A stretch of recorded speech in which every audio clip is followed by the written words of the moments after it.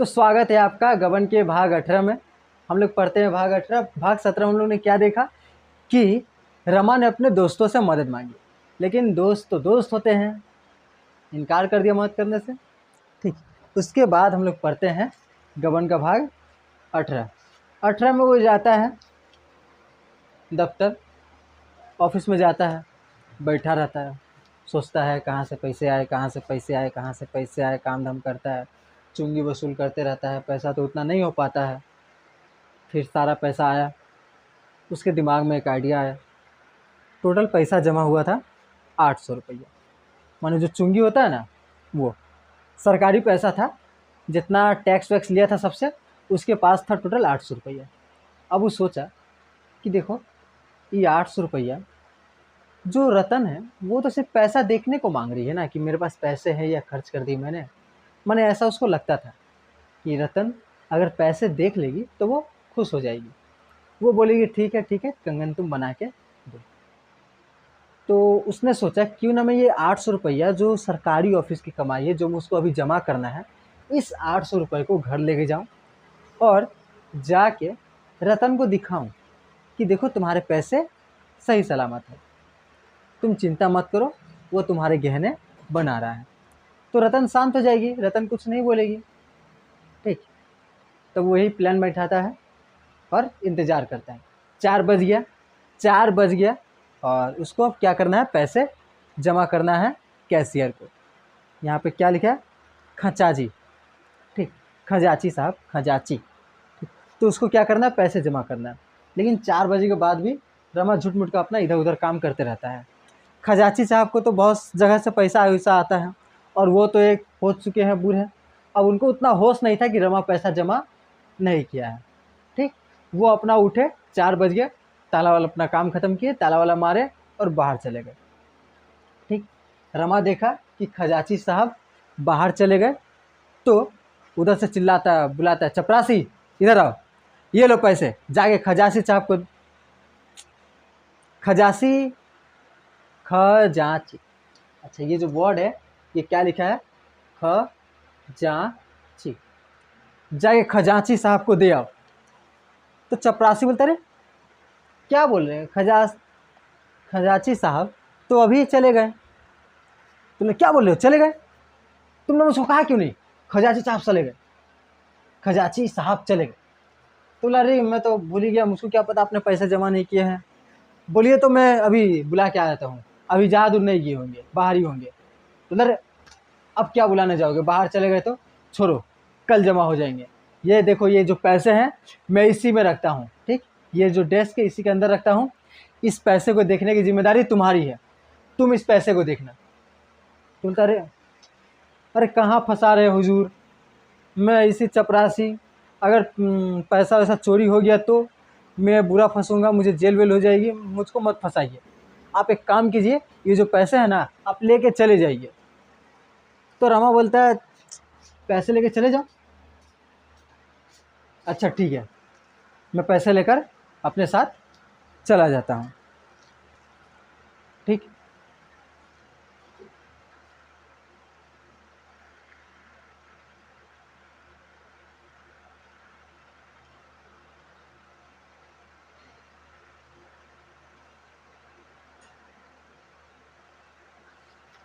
जाके पैसा लेके क्या होता है, चला जाता है। पैसा लेके जब चला जाता है और घर में ले जाके पैसा रख देता है, तो शाम को 6 बजने को आए थे, थोड़ा अंधेरा अंधेरा हो गया था। अब ये सोच घर गया, घर जाके देखा कि रतन जो है, रतन अभी तक नहीं आई थी। तो उसने क्या किया, पैसे रखे, जालपा को बता दिया कि देखो यहाँ पर रतन के पैसे रखे हुए, और बाहर जाके कुछ देर बैठा। बाहर जाके कुछ देर बैठा लेकिन रतन नहीं आई। तो सोचा कि अब इतना अंधेरा हो गया, रतन क्या ही आएगी, रतन अब नहीं आएगी, तो मैं क्या करता हूँ, थोड़ी देर घूमने का मन कर रहा है, शाम अच्छा है, थोड़ा घूमने का मन कर रहा है, मैं थोड़ा घूमने चला जाता हूँ। रमा ऐसा सोचा और वो कहाँ चला गया, बाहर घूमने।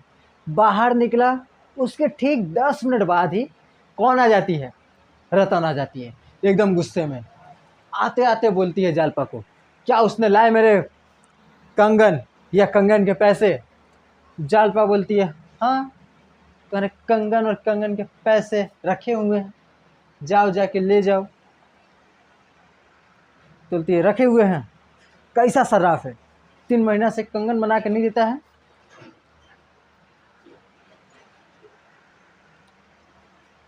हिले हवाले कर रहा है। तो रतन जालपा बताती है, हाँ मेरे पति तो जाते रहते हैं सुबह शाम उसी के दुकान में जाते रहते हैं, अब वो नहीं बना के दे रहे तो मेरे पति की गलती है, नहीं ना गलती है। अब रमा जालपा को भी गुस्सा आता है, तो गुस्सा में आके जो तो बोलते रखती है। जालपा को भी गुस्सा आता है, जालपा जाती है पैसा उठा के इसको देती है हाथ में। जब रतन के हाथ में पैसे देती है, रतन सोचते हैं अरे पैसे तो हैं, इसका मतलब कि रमा ने पैसे खर्च नहीं किए हैं। तुम कह रहे जालपा जालपा गुस्सा क्यों होती, लो ना पैसे रखो, जब जाकर बोलो कि कंगन जब मिल जाए तो दे देना, जाकर बोले कि कंगन मैं इंतज़ार कर लूँगी, कंगन मिल जाए तो दे देना।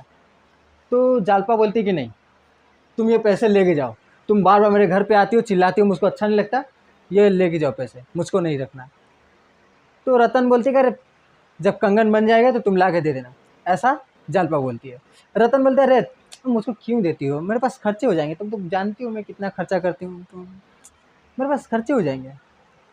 तो जालपा ही बताती है मेरे पास खर्चे नहीं होंगे, आज तुमको तो पता ही है कि मेरा घर में कोई ठीक नहीं है, शादी हुआ, शादी का 4 दिन नहीं हुआ कि मेरा सारा गहना चोरी हो गया, ये पैसा देखो तुम ही रखो बाबा, ये पैसा लेके जाओ तुम। तो रतन बोलते अच्छा ठीक है, लेकिन बोलिएगा कंगन ला के देने, कंगन भुलाने नहीं, मैं पैसे लिए चली जाती हूँ, ठीक। तो रतन सरकारी पैसा लेके चली गई। यहाँ हुआ उसका दुख का आरंभ। किसके दुख का? हमारे नायक रमा का दुख का आरंभ हुआ है, ठीक। और तो रतन पैसा लेके चली गई। फिर वो घूमते घूमते रात को 9 बजे पैसा आया, आके गया वहाँ पे अलमारी में पैसा देखने गया, जाके देखता है पैसा नहीं है। रमा आके देखा पैसा नहीं है, पैसा कहाँ गया? जालपा से चिल्ला कर पूछा, तो बोले जालपा बोल रही हाँ रतन आई थी, रतन के पैसे थे मैंने दे दिए। तो रमा का मुंह सूख जाता, क्या तुमने पैसे दे दिए? तुमने पैसे दे दिए? तुमने पैसे क्यों दिए? मैंने तुमको पैसे देने के लिए बोला था। अरे गुस्सा क्यों करती, उसके पैसे थे मैंने दे दिए, वो आके ऐसे ऐसे बोली बात ही कर रही थी कि मुझको देना पड़ा। अरे तुमने उसको पैसे क्यों दिए? तो रतन जालपा बोलते क्यों, उसी के तो पैसे थे, तुम इतना गुस्सा क्यों करते हो, कुछ बात है तो बोलो मुझको। तो रमा ऐसा कुछ बात नहीं है, उसमें 800 रुपये थे, उसको तो 600 रुपये देना था, 200 रुपये तो मेरे थे उसमें, तुमने उसको सारे रुपये क्यों दे दिए? बोलते अच्छा अच्छा ठीक है, ले लेना उससे, उसको बता दो कि तुम्हारे पास 200 रुपये एक्स्ट्रा है। तो वो बोलता है क्या करे क्या करे, उसको तो अगला दिन पैसा जमा करना है वहाँ पर, ये थी सरकारी ऑफिस में, सरकारी ऑफिस में पैसा जमा करना है, टोटल कितना रुपया? 800 रुपया, ठीक। अब कहीं रतन खर्चा कर देगी तो 800 रुपया, अगर वो बोल दे कि नहीं अभी खर्चा हो गया 2 दिन बाद आके लेना, या फिर अगर ये भी बोल सकती है कि नहीं मैंने तो गिना तो 600 ही रुपये थे, 800 रुपये कहाँ थे, ऐसा भी बोल सकती है।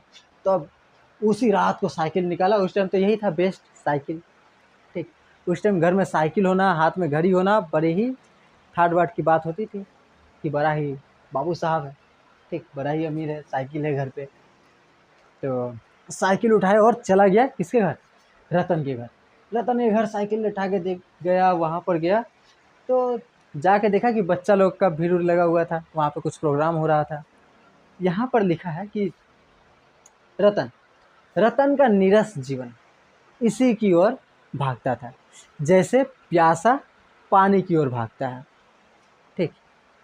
रतन के जीवन में क्या ही था, एक बुढ़ा पति है, वो क्या ही कर सकती है, वो अपनी खुशी के लिए गहने खरीदती है, कुछ खर्चा करती है, तो बाल गृह से बच्चों को बुला लेती है, अनाथालय से बच्चों के साथ खेलती है। तो जाके देखा कि ट्यूनी उनी लाइट लगा हुआ है, लाइट वाइट जल रहा है सब जगह, और जो रतन है, रतन बच्चों के साथ झूला झूल रही है, बच्चे झूल रहे हैं और रतन झुला रही है। अब उसके आगे ही उसके पति ही बैठे, पति का नाम क्या है? इंदु भूसर। इंदु भूसर वहाँ पर बैठे हैं। अब क्या हो सकता है कि पति सामने बैठा हुआ है और रमा सीधा रतन के पास चली जाए, उसका पति बोलेगा ये कौन सा नालायक आदमी है रे, अरे मेरा पत्नी के पास कहाँ ले जा रहे तुमको बोले पत्नी से बात करने, हाँ तुम कहाँ जा रहा पत्नी के पास। तो ऐसा उस रमा को तो पता पता था कि सीधा डायरेक्ट पत्नी के पास नहीं जाना है। गया जाके इंदु भूसर से बोला, हाय इंदु भूसर जी बोलिए कैसा है आपका तबीयत। अब इंदु भूसर तो बैठ के सुनाने लगा यूरोप का कहानी। मैं यूरोप गया था, वहाँ की लड़कियाँ जानते हो कितने अच्छे होते हैं, वहाँ की लड़कियाँ सभी से हंस मिल के बात करती हैं। वहाँ पर ना ये मैं बूढ़ा शादी कर लिया उससे तो अगल बगल कितनी बातें करते हैं। वहाँ देखो कितना अच्छा सभ्य समाज है, पढ़ा लिखा समाज है, वहाँ पर बूढ़े शादी कर लेते हैं, किसी को पता तक नहीं चलता कि वो शादी कर लिया है। यहाँ पर भारत के लोग सभ्य नहीं है, पढ़े लिखे नहीं है, मैं शादी कर ले मैं हंगामा बना के रख दिया है। बहुत अच्छा है। तो इसी आधा घंटा बकवास सुनाता है, रमा का माथा पक जाता है। तो रमा बोलता है अरे बच्चे कहाँ से आए। बोला अरे वो आधा घंटा पकने के बाद रमा का मन में यही था कि कैसे रतन से बात हो, रतन के पास कैसे जाए, यही बैठ के तब से सोच रहा था। तो बोलता बच्चे क्या कर रहे हैं, तो बोला हाँ बच्चे हैं, वहाँ लोग खेलने आए हैं, रतन को अच्छा लगता है उनके साथ खेलना। तो ये वकील साहब खुद बोलते कि अगर तुमको भी बच्चे अच्छे लगते हैं तो जाओ बच्चों के साथ खेलो तुम भी। यही तो चाहता था, जल्दी से उठ के जाता है रतन के पास। रतन को कुछ याद ही नहीं रहता कि क्या हुआ है, क्या पता क्या हुआ। रतन एकदम बच्चों को झूला झुलाने में बिजी है। रमा को भी बोलती कि आओ तुम भी झूला झुलाओ।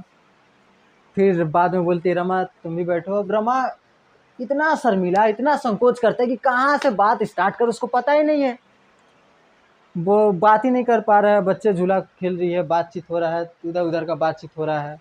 फिर बोलता है कि आओ रमा तुम भी झूला बैठो। अब रमा इतना बड़ा निकम्मा, उसको पहली बार ऐसा आदमी देखा होगा, उसको झूला से डर लगता है, झूला में बैठने से उसको डर लगता है। वो बोली झूला में बैठो मैं झुलाती हूँ, तो बोलता है कि नहीं नहीं मैं नहीं बैठूंगा।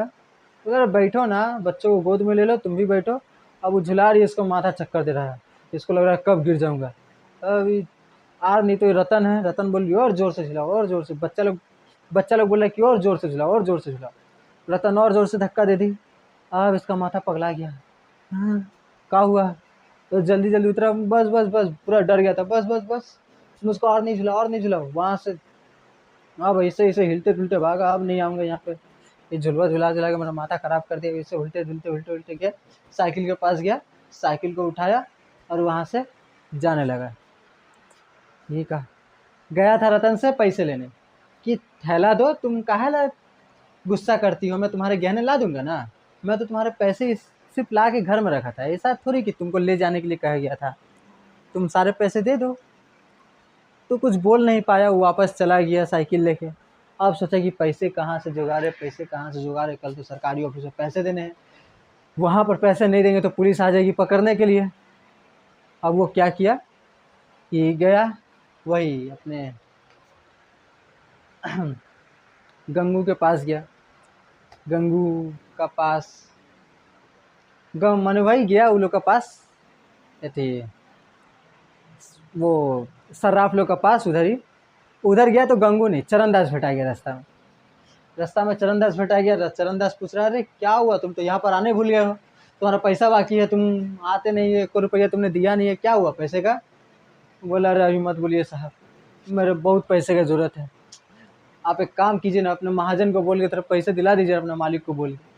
बोला तुम एक तो पैसे नहीं दिए हो, ऊपर से तुम और पैसे मांग रहे हो, कहाँ से देगा मेरा मालिक, अजीब बात है। मैं तुम्हारे कल ही एक आदमी को भेजूंगा, कल पैसा दे देना, कल पैसा दे देना। बोला अरे मालिक मुझको पैसे का दरकार है, मैं आपसे क्या बोल रहा हूँ, मुझको पैसे का दरकार है, आप तो पैसे ऊपर से बोल रहे हैं कि क्या अजीब बात करते हैं।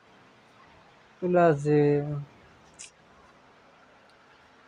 तो चरणदास बोलता है मुझको कुछ नहीं पता, मैं कल तुम्हारे घर में एक आदमी भेजूंगा और उसको पैसे दे देना।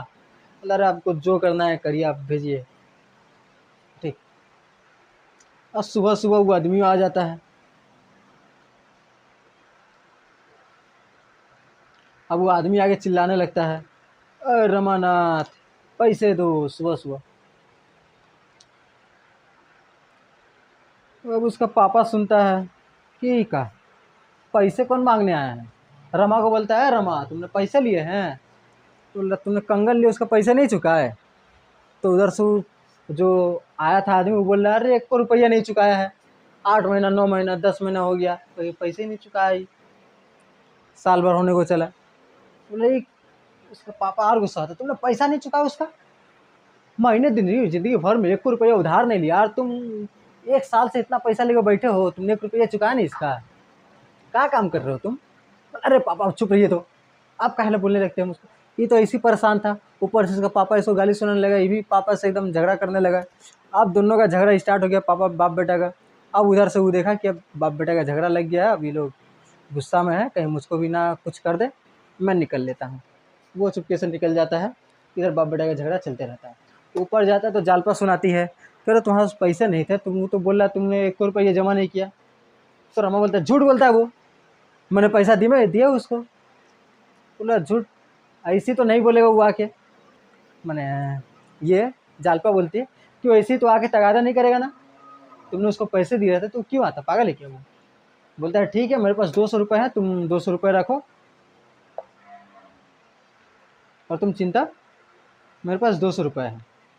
और रतन को चिट्ठी लिखा कि देखो तुम्हारे पास जो 800 रुपये हैं, जो मैंने तुमको थैला दिया था, जालपा ने तुमको थैला दिया था, उसमें 800 रुपये थे, 200 रुपये मेरे, 600 रुपये तुम्हारे, तुम क्या करो सारे रुपये भेज दो, मैं जाके सर्राफ को दे आऊँगा और तुम्हारा गहना 1 महीना में बन जाएगा। तो जालपा रतन क्या करती है, खाली 200 रुपया निकाल के भेज देती है। बोलता है जा, मेरे पास 200 रुपये, उस 200 रुपये जालपा देती है, 200 रुपये रतन वापस करती है, और उसके पास पहले से 100 रुपये थे। टोटल कितना हो गया, 500 रुपये उसके पास हो गए। ठीक, 500 रुपये उसके पास हो गए। अब ये क्या करेगा, और चाहिए 300 रुपया। अब 300 रुपया क्या करे, सोचता है कि जाए सुबह सुबह रतन, पैसा मांगने के लिए कौन था, रतन ही था। तो रतन के पास जाता है सुबह सुबह, मैंने रतन उसको पैसा देती है 200 रुपया, फिर जाता है रतन के पास। ठीक,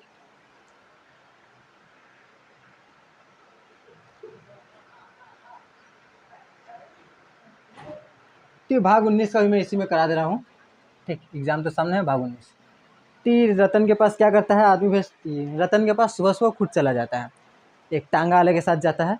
तो टांगा वाले के साथ जाता है ना, तो क्या होता है कि ये रास्ता है, यहाँ पे जालपा का महल है, अच्छा खासा घर है।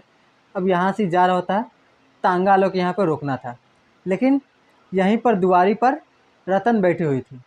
ठीक, यहाँ से वो जा रहा है और यहाँ पर वो गाड़ी से जा रहा है, ठीक है, और यहाँ पर रतन बैठी हुई थी।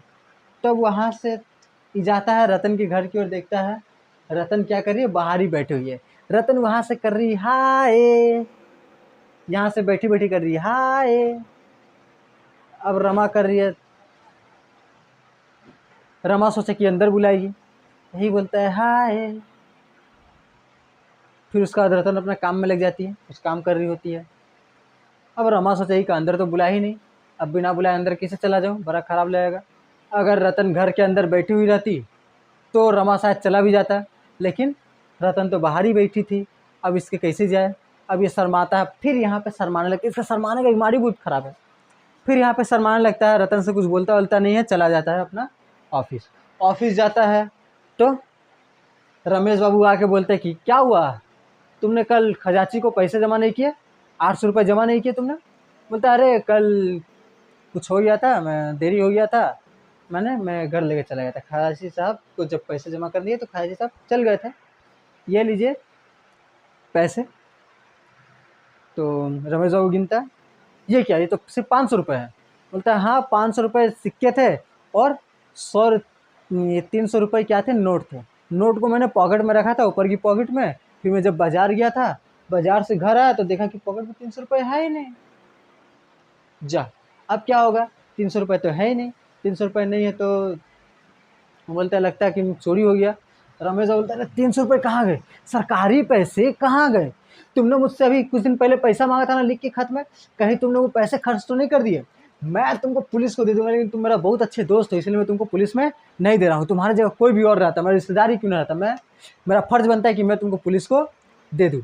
तुम बताओ कि पैसे कब तक जमा करोगे? कल तक पैसे जमा हो जाने चाहिए, नहीं तो मैं खुद पुलिस को बुला के लेके आऊँगा। अभी बोलता है जा 300 रुपये जमा करना है।